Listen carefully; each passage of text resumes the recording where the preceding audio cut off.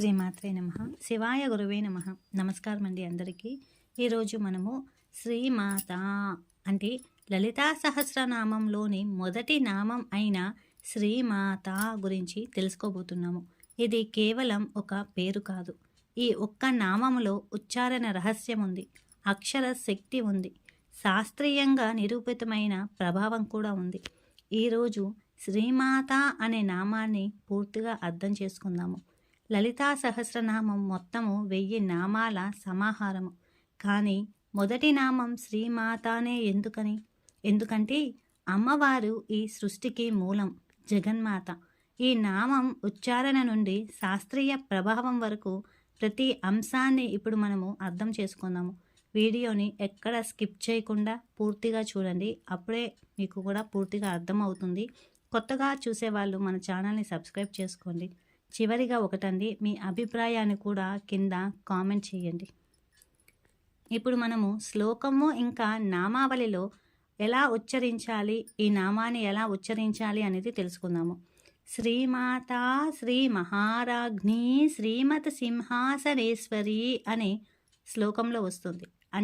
అంటే ఇక్కడ తా అనే అక్షరం దీర్ఘంతో ముగిసి తర్వాతి నామంతో కలుస్తుందన్నమాట. అంటే ఒకసారి గమనించండి, శ్రీమాత శ్రీ మహారాజ్ఞి శ్రీమతి సింహాసనేశ్వరి అనేసరి.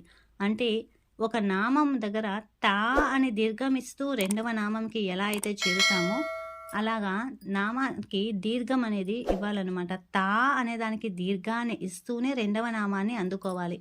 అంతే తప్ప శ్రీమాత శ్రీ మహారాజ్ఞి అనేసని నామాలను విడగొట్టకూడదు శ్లోకం చదివేటప్పుడు. అదే మనకి నామావళిలో వచ్చేసరికి శ్రీమాత్రే నమః వస్తుందన్నమాట. ఎందుకని? చతుర్థి విభక్తిలో మాతా కాస్త మాత్రేగా మారుతుంది. ఇప్పుడు ఈ నామంలోని ఒత్తులు దీర్ఘాలు చూద్దాము. ఇవి మొత్తము 3 అక్షరాల నామం అన్నమాట. శ్రీ మా తా అన్నమాట. ఇక్కడ శ్రీ అనేదానికి సాకారానికి రా ఒత్తు వచ్చింది. ఈ కార దీర్ఘం చేర్చాలి, అంటే సా ప్లస్ రా ప్లస్ ఈ అన్నమాట. అంటే మొత్తం ఏమవుతుంది? శ్రీ అవుతుంది. ఇది లక్ష్మీదేవి యొక్క బీజం, అంటే లక్ష్మీ బీజం అన్నమాట. మాకి మా కారానికి ఆకార దీర్ఘం చేరిస్తే మా అవుతుంది. అలాగే తా కారానికి ఆకార దీర్ఘం చేస్తే తా వస్తుందన్నమాట. ఇక్కడ ఒక చిన్న చిట్కా చెప్తాను. శ్రీ అన్నప్పుడు నాలుక తాలువను పైభాగంలో అంటే స్వల్పంగా తాకాలి. మా తా అన్నప్పుడు స్పష్టమైన దీర్ఘం పలకాలి, అంటే శ్రీ మాతా అనేసని స్పష్టంగా రావాలన్నమాట. అదే మనము పద విభజనలో చూసుకుంటే కనుక శ్రీ అని మాతా అని విభజించవచ్చు. ఇక్కడ శ్రీ అంటే లక్ష్మి, సంపద, కాంతి, మోక్షము అనేసని. ఇది ఒక మంగళవాచక పదము. మాతా అంటే తల్లి, సృష్టికర్త అనేసని. శాస్త్రీయ పరంగా చూసుకుంటే శ్రీ అనేది శ్రీ విద్యకు సంకేతము. మాతా అనేది ఆ విద్యను ప్రసాదించే గురువుకు లేదా దైవానికి సంకేతము అనేసని. ఇంకా లోతుగా తెలుసుకోవాలనుకుంటే మంత్రాక్షరాల ప్రకారము శ్రీ అనేది సృజనాత్మక శక్తిని, మా అనేది మాయను అంటే ఈ ప్రపంచాన్ని, తా అనేది తారణాన్ని అంటే దాటించినది, మోక్షాన్ని సూచిస్తుందన్నమాట.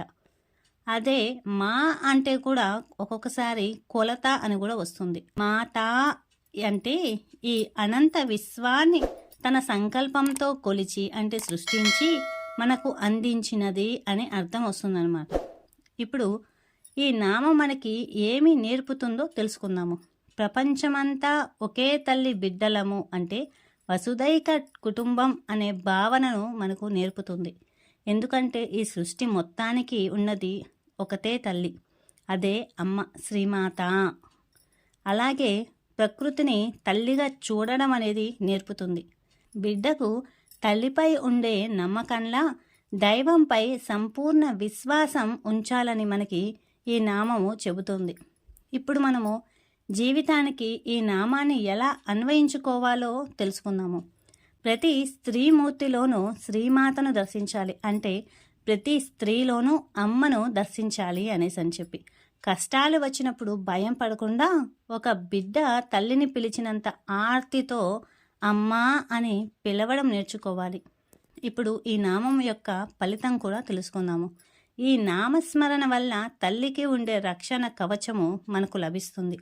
కోటి జన్మాల పాపాలను శ్రీమాత అనే ఒక్క పిలుపుతోనే తొలగిపోతాయని మనకు ఫలశ్రుతి చెబుతోంది. శ్రీకారంతో మొదలవడం వల్ల ఆర్థిక ఇంకా ఆధ్యాత్మిక ఉన్నతి కలుగుతుందన్నమాట. ఇప్పుడు మనము శ్రీమాత నామాన్ని అక్షర గణితంగా తెలుసుకుందాము. ప్రాచీన భారతీయ గణిత పద్ధతి అయిన కటపయాది సంఖ్య ప్రకారము ప్రతి అక్షరానికి ఒక అంకె ఉంటుంది. అలాగే శ్రీమాత అనే అక్షరాలను విశ్లేషిస్తే మా అనేది 5వ అంకె, తా అనేది 6వ అంకె. అంటే ఈ అంకెలను కలిపినా లేదా వాటి బీజాక్షర విలువలను చూసినా కూడా అవి శ్రీచక్రంలోని 9 ఆవరణలకు లేదా పంచదశి మంత్రంలోని అక్షర సంఖ్యకు అనుబంధంగా ఉంటాయి. అలాగే శ్రీమాతలో 3 అక్షరాలు ఉన్నాయి కదా, ఈ 3 అనేవి సంఖ్య సంపూర్ణత్వానికి సంకేతము. త్రిశక్తులు అంటే ఇచ్ఛాశక్తి, జ్ఞానశక్తి, క్రియాశక్తులు, త్రిగుణాలు సత్వ రజో తమో గుణాలు. అలాగే త్రిలోకాలు భూ భువర్ణ సువర్ణ లోకాలన్నమాట. అమ్మవారు ఈ 3ంటికి మూలమైన తురియా స్థితిలో ఉన్నారని ఈ 3 అక్షరాలు మనకు చెబుతున్నాయి. శ్రీ విద్యలో అక్షర గణిత రహస్యాలు ఇవి. శ్రీ అనేది ఇది ఐశ్వర్య బీజము. సంఖ్యాపరంగా ఇది లక్ష్మీ తత్వాన్ని సూచిస్తుంది. అంటే ఇది నెగిటివ్ ఎనర్జీని తొలగించి పాజిటివ్ వైబ్రేషన్ను పెంచుతుందన్నమాట. అలాగే మా అనేది చంద్రుని సంఖ్యకు దగ్గరగా ఉంటుంది. ఇది మనసును ప్రశాంతతను సూచిస్తుంది. అలాగే టా అనేది స్థిరత్వాన్ని సూచిస్తుంది. మొత్తము 1000 నామాలలో మొదటి అక్షరం శ్రీతో మొదలవ్వడం వెనుక ఒక గణిత రహస్యం కూడా ఉంది. అంటే శ్రీ ప్లస్ మాత. అంటే ఇక్కడ శ్రీ అంటే ప్రథమ శక్తి, మాత అంటే మూలము. గణిత శాస్త్రంలో 1 ఎలాగైతే అన్ని సంఖ్యలకు మూలమో, ఈ విశ్వంలోని అన్ని నామాలకు రూపాలకు శ్రీమాత మొదటి అంకె వంటిదనమాట. న్యూమరాలజీ ప్రకారము శ్రీమాత అనే నామాన్ని పదే పదే స్మరించడం వల్ల జాతకంలోని చంద్ర దోషాలు తొలగిపోతాయి, కుటుంబంలో సామరస్యం పెరుగుతుంది. సంఖ్యల ప్రకంపనలు మెదడులోని ఆల్ఫా తరంగాలను ప్రేరేపించి ఏకాగ్రతను పెంచుతాయి.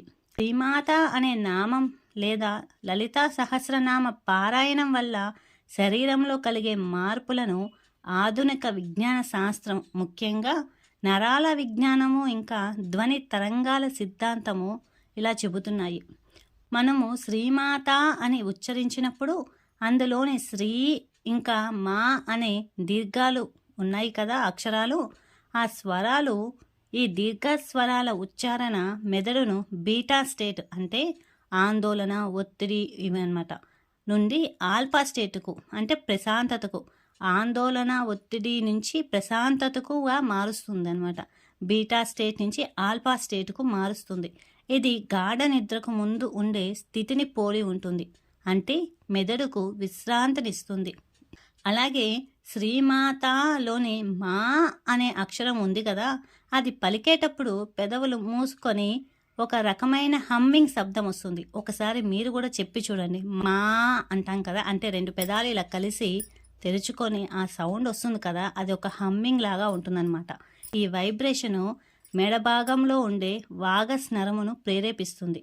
ఈ నరము గుండె వేగాన్ని నియంత్రించి జీర్ణ వ్యవస్థను మెరుగుపరుస్తుంది. ఇంకా శరీరంలోని ఒత్తిడి హార్మోన్ స్థాయిని కూడా తగ్గిస్తుంది.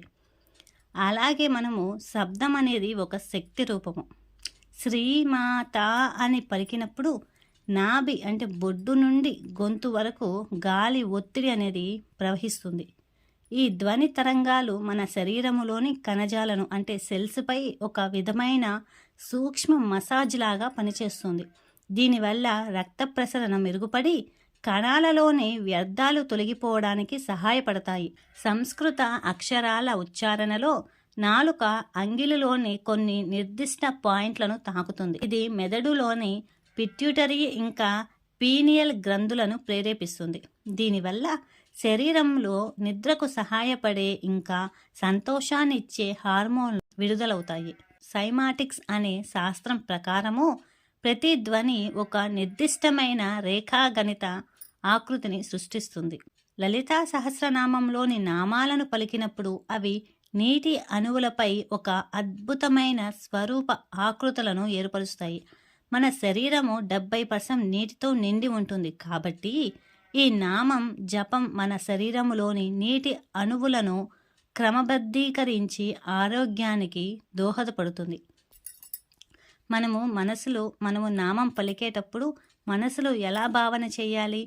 తల్లి అనేసని, అంటే అమ్మ ఈ సృష్టికి మొత్తానికి మూలము అనేసని చెప్పి, ఈ ప్రకృతి మొత్తము అమ్మనే అనే ఒక భావన, అంటే ప్రతి వస్తువులోనూ ప్రతి దీంట్లోనూ అంటే ప్రతి జీవరాశులలోనూ అన్నిటిలోనూ అమ్మ ఉంటుంది. ఆ బ్రహ్మ కీట జనని అంటారు కదా, అమ్మ పరబ్రహ్మము నుంచి చిన్న చీమ వరకు కూడా అమ్మనే ఉంటుంది. అమ్మ సృష్టించినది ప్రతి దానిలోనూ అమ్మ ఉంటుంది. అమ్మ శ్రీమాత అంటే అమ్మ అనే ఒక తల్లి భావనను మనము ఎప్పుడైతే భావన చేస్తామో మనలో ఈ ఒక హార్మోన్ అనేది, ఏది లవ్ హార్మోన్, ఆక్సిటోసిన్ అనే హార్మోన్ విడుదలవుతుంది. అప్పుడు మనసు ఒక భయాందోళన, ఒక ఒత్తిడి నుంచి కానీ వీటి నుంచి తగ్గి ప్రతి దానిలోనూ మనము అమ్మని చూడగలుగుతాము, అంటే ప్రేమతత్వాన్ని చూడగలుగుతామన్నమాట. ఇప్పటి నుంచి మనము శ్రీమాత అని పలికినప్పుడు కానీ, శ్రీమాత్రే నమః అని పలికినప్పుడు కానీ ఈ సృష్టికి మొత్తము మూలకారమైనది అమ్మ అనేసని చెప్పేసని ఆ భావన రావాలి. అంటే ఎవరు ఆ అమ్మ? శ్రీ లలితా పరాభట్టారిక శ్రీమత్ త్రిపుర సుందరి, లలితా త్రిపుర సుందరి అంటే ఈ జగత్తుకంతా అయిన మాత అమ్మ మనకి కూడా అమ్మనే, మన అజ్ఞానాన్ని తొలగించడానికి వచ్చిన అమ్మ. ఇప్పుడు శాస్త్రీయ పరంగా చూస్తే కనుక ఈ నామం జపము ఒక వైబ్రేషన్ థెరపీ లాగా పనిచేస్తుంది. ఇది కేవలం ఆధ్యాత్మిక నమ్మకం మాత్రమే కాదు, మన నాడీ వ్యవస్థను రిపేర్ చేసే ఒక శక్తివంతమైన సాధనం. ఎప్పుడైతే కరెక్ట్గా తప్పులు లేకుండా ఉచ్చరిస్తారో అప్పుడు ఈ నామం యొక్క ప్రభావము మీపై ఉంటుందన్నమాట. ఒకసారి తప్పు లేకుండా చక్కగా నిదానంగా కూర్చొని ఒక 11 సార్లు కానివ్వండి, 21 సార్లు కానివ్వండి, లేదా మీకు టైం ఉంటే కనుక 108 సార్లు కానివ్వండి, ప్రశాంతంగా తప్పు లేకుండా సరైన ఉచ్చారణతో శ్రీ మాతా అని కానీ శ్రీ మాత్రే నమః అని కానీ పలకండి. మీకు ఈ వీడియో నచ్చితే కనుక లైక్ చేయండి, మీ కుటుంబ సభ్యులతో షేర్ చేయండి. ఇంకా లలిత సహస్రనామంలోని ప్రతి నామం అర్థం తెలుసుకోవటానికి మన ఛానల్ని సబ్స్క్రైబ్ చేసుకోండి. తదుపరి వీడియోలో 2వ నామం అయిన శ్రీ మహారాజ్ఞి ఒక అద్భుత రహస్యాలు మనం తెలుసుకుందాం. శ్రీమాత్రే నమః, శివాయ గురవే నమః. సర్వం శ్రీ లలితార్పణమస్తు.